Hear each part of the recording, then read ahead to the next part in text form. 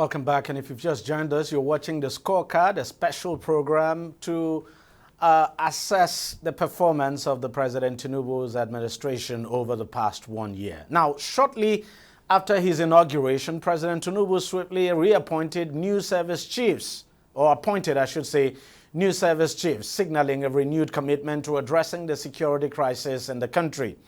This reshuffle was seen as a crucial step in bringing peace and a sense of security now among the people. Despite these changes, Nigeria has continued to face numerous security challenges.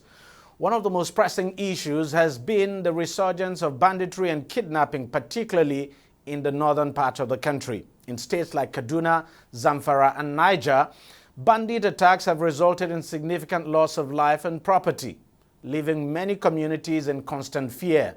One of the most alarming incidents occurred in Kaduna State, where 287 school children were kidnapped, marking one of the largest school kidnappings since the 2014 abduction of the Chibok girls. In the midst of all efforts now to combat these terrorists and bandits, a drone strike tragically killed 85 civilians also in Kaduna State. Now, the military acknowledged this as an error, and following a thorough investigation, 2 soldiers are said to be court-martialed for their involvement in the incident. While the military endeavors to protect the nation, struggles to protect the nation, I should say, security challenges persist in other regions. In Delta State, the southern part of the country, 16 soldiers were killed during a mission to quell clashes between 2 communities. The military has since declared 8 individuals wanted in connection with these deaths. These incidents are just a few examples of the significant security events that have occurred in the past 1 year under President Tinubu's administration. Now, to discuss the national security situation further, now being joined on the program by 2 former directors at the Department of State Services, Dennis Amakari and Mike Ejiofor. Gentlemen, thank you very much for coming on the program. And it's indeed a privilege to have both of you sit down with me here to discuss the security situation over the past 1 year in this country. And let me start with you, Mr. Ejiofor. How would you assess the government's performance in terms of security over the past 1 year? Especially when you consider that security is also part of the 8-point agenda of the president. Well, for me, I want to first of all wish Nigeria a happy anniversary on the first year of President Tinubu in office. For the security, I think it's a mixed bag. Like you said in your intro, immediately he came changed the service chiefs, because a lot of people have been clamoring for the change of the service chiefs. And even then, I had worried that changing the service chiefs would not be the solution to our problems, but rather our approach to solving the security challenges. So when he came, we had a lot of security challenges, a lot of kidnapping, mass kidnapping, and banditry, ethnic agitations, IPOB in the southeast, agitation of Oduduwa Republic. In the northeast, you have the issue of Boko Haram. In northwest and north central, majorly banditry and kidnapping. How have we fared? So far, I would say we've achieved some level of success, but we still have a lot of challenges to contend with. So I would rather say, on a balance of scale of 100, maybe we'll have 50-50, because we still have these challenges coming up. People cannot go to the farm. And you know that this insecurity of banditry and kidnapping underscores the issue of food security. That people cannot go to farm. And that creates another economic challenge in the terms of security. People cannot go to farm, people cannot feed, and a lot of challenges.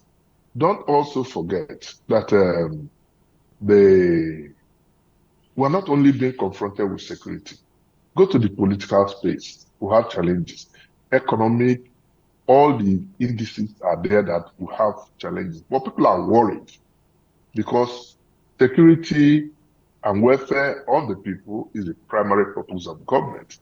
So without security, there's no way we can progress. So I think with more efforts, the government will achieve results. There's no society, there's no community without crime. But how do we approach our crime? As we discuss further, maybe we'll look for solutions on how to get out of this quagmire. Mr. Makra, beyond or apart from the appointment of new service chiefs, we also saw the appointment of a new national security advisor. That's Malam Nuhu Ribadu now. Of course, well, there were some noise made back then when he was appointed.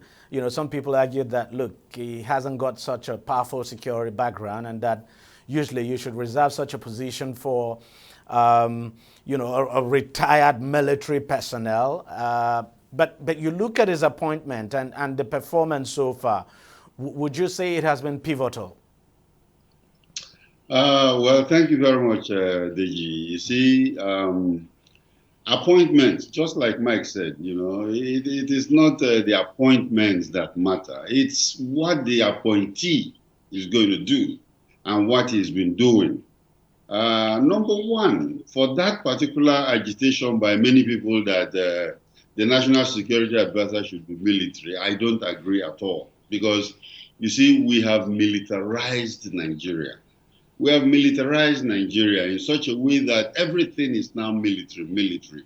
You know, I would suggest, in fact, from now, with the president taking stock of his administration for the 1 year, you know, the National Security Advisor, yes, he has police background, which is okay, because that is internal security. And of course, he can deal with that. But remove all the military guys from internal security issues, because we are concentrating so much with this military that sometimes we feel that whether we are running a diarchy, you know, because it's like we are giving the military so much leeway, and of course they start making press statements. They are political on their own, and they maybe sometimes they even forget that the commander-in-chief, you know, is a president, not the chief of defense staff or the chief of army staff, you know, because in other countries you don't see these people. You know, if there is anything concerning the military, maybe you see the Minister of Defense, you know, the Defense Secretary, you know, who will be talking about the military. But here you have, you know, military, even brigade commanders are making public statements, you know. So I feel that's an area that we should look very careful at. Are we giving the military a lot of leeway? Are we running a diarchy? Is it a civilian military government? And those are the things that we'll start looking at this time. But overall now, how would you assess the performance, you know, security-wise of this government over the past 1 year? Well, I should say that when the president came into power, he said, in fact, from his very first statement, he said it. He said security is going to be the major focus of his administration. And he made a lot of promises there, where he said that he's going to reorganize the security structure, the security infrastructure, and stuff like that. And he will create a highly trained anti-terrorist group, because kidnapping was the major issue at that time when he came in. And I think it has not reduced at this time. We still have kidnapping as a big problem. So just like Mike said it, I would say 50-50, because what has happened here is that the president has been able to stabilize the government. He has been able to stabilize the government, but people are not secured. You see, you cannot say, okay, today, Deji, let us, we have a meeting in Abuja from Lagos, let us take a ride. Let's go by night so that by morning we'll be in Abuja. You can't do that. You cannot do that. And People are feeling very, very insecure. And until we start to pursue this security thing as the number one priority, as the president have said, I think that's when we're going to have a leeway. Mr. Jaffor, you look at the budget for defense, that's the budget for security as a whole, in the one of, in the last 1 year. Do you think it's been enough? Even when you look at that of 2024, do you think it's enough to make a difference? Let's not forget, in the 2024 budget, defense actually got a very sizable chunk of of funding. But do you think it's enough to make a difference? Well, not just enough to make a difference. The point remains that it's not the budgeting that is the problem, but the use and application of the budget. That is the problem. How is it being utilized? Without sounding, critical of our defense subsector, there's a lot of corruption in Nigeria. And we are not removing the security subsector from it. Budget, if you remember that this year's budget is the highest ever in recent time in Nigeria's security budget. But how is it applied? What percentage is relieved? Not just the budget is. So before you recording in progress. Before you get all these cuts from the budget, you are left with nothing in terms of training, in terms of welfare for the security agents, and we have mounting security challenges. So I would say the government has done well in terms of budgeting, but the fact remains that the application must be supervised, and the National Assembly must carry its oversight function without looking for what they intend to get to enable the security agencies have money to operate with. And unfortunately, that budget would have been eroded by the current exchange rate. Exactly. Because you look at the budget. How much is the dollar going to? The dollar is flopping. Today is up. Tomorrow is down. No stability in it. So you buy something today. Tomorrow you have a different price. And these are not things you see off the shelf to buy. You make order. Before you know it, the order has been overtaken by the current price. So it's a very big challenge. And until we start developing our local content in terms of industry, security subsector, that's why I say I've always emphasized in some of my solutions to Nigeria's problem. And until we get it right, we are not going to get at it. We need local solutions to our problems. And one of the major areas in terms of local solution to our problems is the establishment of the state police, which will help, get the people on ground to get involved in government and assist the various security agencies. And let's talk about that state police, Mr. Makari. Of course, it's still in the works, and the government supports the idea of a state police, but you clearly can see that the police establishment itself does not seem to buy the idea. There are quite a number of those too who are not in support of the idea. And some people would also point to, for instance, the unfolding development in Kano State, that, that's a clear sign that you have a state police, it could end up getting abused by the governors. But, it would appear that this administration is very keen on it. But you look at it, do you think, from what we are seeing, do you think this is something, from what we have seen, even in Rivers State, do you think this is an idea that the government should continue to actively pursue? Yes, I will say yes. We need state police in Nigeria at this time. We do. Because, like I said, or have said in so many places, it is not just the creation of the state police. Many governors are making that mistake because they are looking at this creation as something to help them.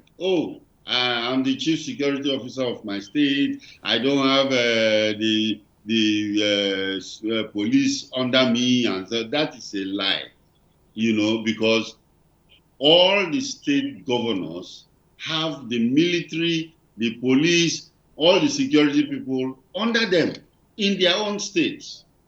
And of course, when they were trying to use either the military or the security forces against their political enemies, and the police or the DSS will say, I am going to call my headquarters because what you are trying to tell me to do is against the law. And that is what they don't like. So when we want to create this state police, what we are really going to do is that we are going to make the laws, let the law be very, very clear about it. Non-interference from the political leadership. They are not going to report to it's not the commander-in-chief of the police forces, the governor should not be the commander-in-chief. The laws created by the state assembly will be the guiding light for the state police. So we can run it. There are about 18,000 police organizations in the United States. 18,000. And what do? They're all independent. They are all, enforcing the laws of the locality where they operate. And then, of course, there is no interference or, overlaps. Because I know in Nigeria now, when you say, okay, state police should hand over to federal police, they will refuse to do it because they feel that they want to, be in charge. And funny enough, this state police thing has been attacked by most people that are against it, former police people, even the present Inspector General, who during the dialogue said that Nigeria is not right for state police. I can understand. He does not want a subtraction from his authority, but to be more effective and to help the Nigerian situation, we need state police, and we need them to take over the ungoverned spaces that we have in this country. Mr. Jeffo, just as I said in my intro, we've seen some kind of resurgence in banditry and kidnappings. What do you think the government didn't do right? Even though it appears it is calming down a bit now, but it's not gone. So what do you think was responsible, could have been responsible for the resurgence that we have seen? Well, a lot of things are responsible for the resurgence. You look at the economy. The economy is bad. People can hardly feed. In the Northwest, you have this illegal mining that people are also looking for ways to survive. And in collaboration with even our politicians. Most of the challenges we have in Nigeria are politically generated. Look at what is happening in Rivers. Look at what is happening in Kano.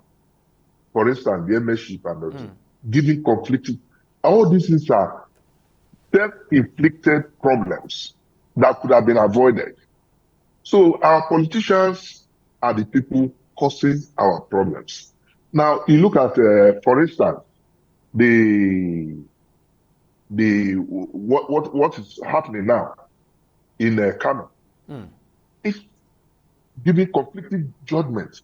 This could spark a lot of problems that would be ordinarily avoided. You go to Rivers, you have the two major players there. When they say when two elephants fight, the grass suffers. So our politicians should be able to moderate what they do. Look at the bandits, for instance. Arrests being made by the military. I've forgotten, I think the defense minister was reeling out number of, I don't know where he got that number from. 120,000 decimated, this, and all this. I mean, some of those facts too should be placed on scale. Now, if you look at critically, when you see all those things happening and problems that should have been avoided they continue to generate more of the problems our politicians. Like I was saying, if you see the bandits, they don't look well. They have sponsors behind them. They have people they report to. And I believe that the State Security Service have, in fact, arrested most of these sponsors and they're undergoing interrogation. These people don't operate there on their own. They don't have bank accounts. So our politicians are the greatest threat to our democracy. Mr. Makary, so going forward, what do you, as a security consultant, what do you think should be put in place now to further address the security challenge confronting this country, so that next year, when we gather like this to discuss the security situation, we would see a remarkable improvement? What are we not doing right that the government needs to begin to do now and look at? Okay. We are trying to assess the 1 year scorecard of the president, And of course, I can tell you that 1 year is not long enough to assess, what the president has done. But at the same time, like somebody was saying, the foundation of a tall building is very deep. So we are going to look at that foundation, first of all. The president has come out himself to say that his focus will be security. So why don't we focus on security? Why are we buying cars or trying to build a road from Lagos to Calabar or something like that? I don't see the priorities there. The priority should be security. We want a secure Nigeria where you will feel it. Let the ordinary man on the street feel the security. And then, of course, what is the president going to do? Let him keep to his promise. Number one, he said he's going to bring up an anti-terrorist battalion. Maybe that's the same thing the IG was calling Special Intervention Squad, or what I will call Special Weapons and Tactics Team. A specialized, trained, very highly trained police force. Police, not army. Start withdrawing the military from the whole situation. Train the police. Train them. Increase their number. Increase their number. We cannot continue keeping about 400 to 500 policemen in a country of as big as Nigeria. So recruit more policemen. And then, of course, they were talking of forest guards. I think that is a juxtaposed situation. Forest guards are not the ones to fight bandits. In fact, even vigilantes are better than forest guards. Forest guards are people who are going to be taken care of, who is trying to hunt without license, or who is trying to cut down trees, or not unauthorized cutting down of trees. That is forest guards. Forget about them. Create state police or local government sheriffs. And of course, many people are thinking that state police will be like Amotekun or something. No. The difference between Amotekun and state police is the training they have. Training. You have to train them because they are actual policemen. Remove them from the federal police. Let the federal police like the DSS, NDLA, EFCC, let those people take care of the federal aspect of law enforcement or policing. Then bring the real police to the state and let those people go ahead and do investigation, of murder, arson, all those kind of things, and take care of it. Well trained. Because when we say well trained, we are not just saying give them AK-47 and they run around. I'll give you a scenario. If there is a plane hijack right now at Murtala Mohammed Airport, Who are you going to send to go and take care of it? You're not going to send mopoles to go there. They will kill everybody in the plane because they're not trained to do that. They cannot intervene in things like that. So we need an anti-terrorist team that's well trained that can take care of this. And if this happens, say, in Kaduna Airport, what do? How many helicopters do we have for the police? You know, so you have to equip them properly so that if there is any problem in the country, and locate them in such a way that if anything happens, within 15 minutes they are airport. This is the kind of response we're looking at. And then people will feel relaxed. But if we start to change this thing and not being very serious about it, then we are in trouble. Let me get a final word from you, Mr. Ejiofor. Yeah, my final word, I wish Nigeria well, but we should not leave security to security forces alone. The people must be mobilized. They must be security conscious to assist the security agencies. Don't just leave it.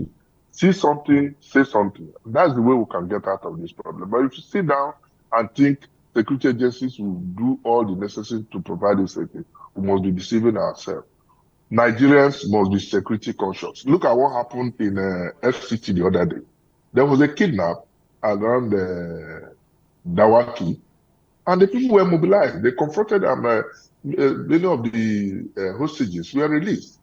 So, but when you say it doesn't concern me, one day it will concern you. So Nigerians must be mobilized. We must be security conscious to assist our security agencies. They need our support. Thank you so much for coming on the program, to both of you. Thanks a lot, Mr. Dennis Amakari and Mr. Mike Ejiofor. Thanks a lot for your time and thanks for your insights. So very appreciative. Well, we'll take another break now, but we'll be right back. And this time we'll be talking politics. Stay with us. Don't go away.